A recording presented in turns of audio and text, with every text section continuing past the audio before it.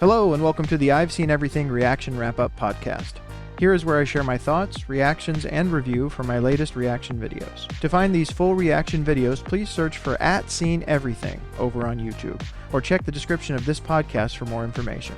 Also, please remember to rate and comment on this episode, and follow the podcast so you can see when I'm putting out new wrap-ups.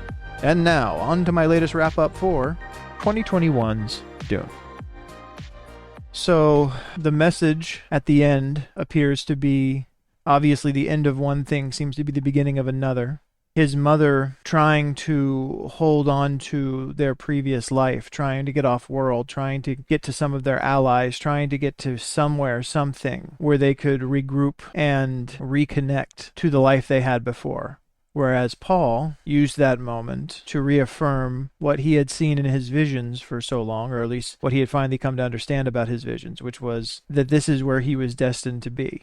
This is where he was destined to be this whole time. Like I said, he couldn't wait to get on this planet, having visions of it even before he was there.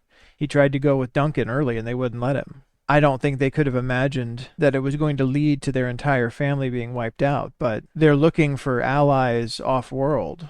They now, you would hope to a degree they could trust, have allies right here. They're now part of something that has a chance to be a power that they could utilize, that the Emperor, the Baron, that so many of these people either do not know, do not understand, or underestimate.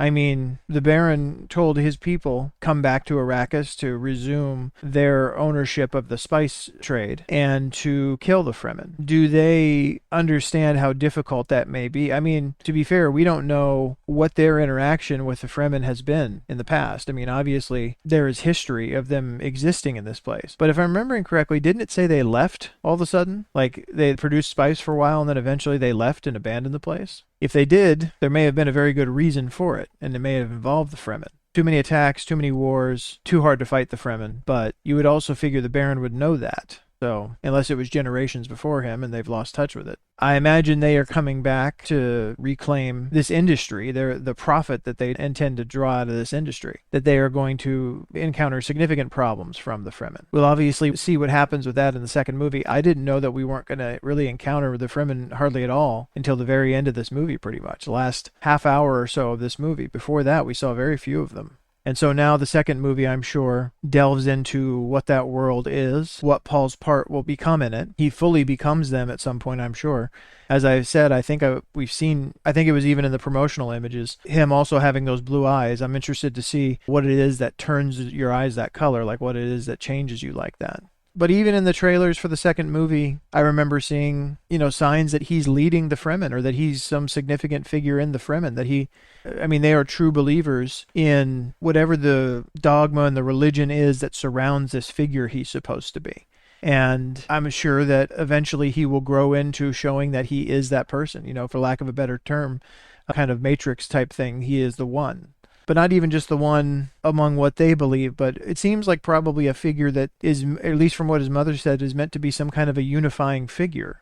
Potentially a unifying figure against the Emperor, which is maybe why the Emperor was afraid to begin with, or why the Emperor wanted to wipe out the House Atreides. Maybe he knows or understands what Paul is supposed to be, and was trying to wipe him out before it could ever get off the ground, before he could ever become whatever this figure is that he's supposed to become.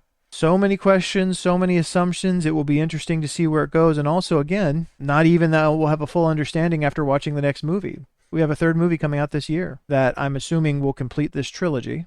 I don't imagine they're going on to more movies. Let me know if you've heard about that. But I'm interested to see where it goes from here. I've really enjoyed this one. I appreciate you being here to watch it with me. And I will see you on the next reaction. Take care. Thanks so much for listening to the I've Seen Everything Reaction Wrap-Up. Again, to find these full reaction videos, please search for @SeenEverything over on YouTube, or check the description of this podcast for more information.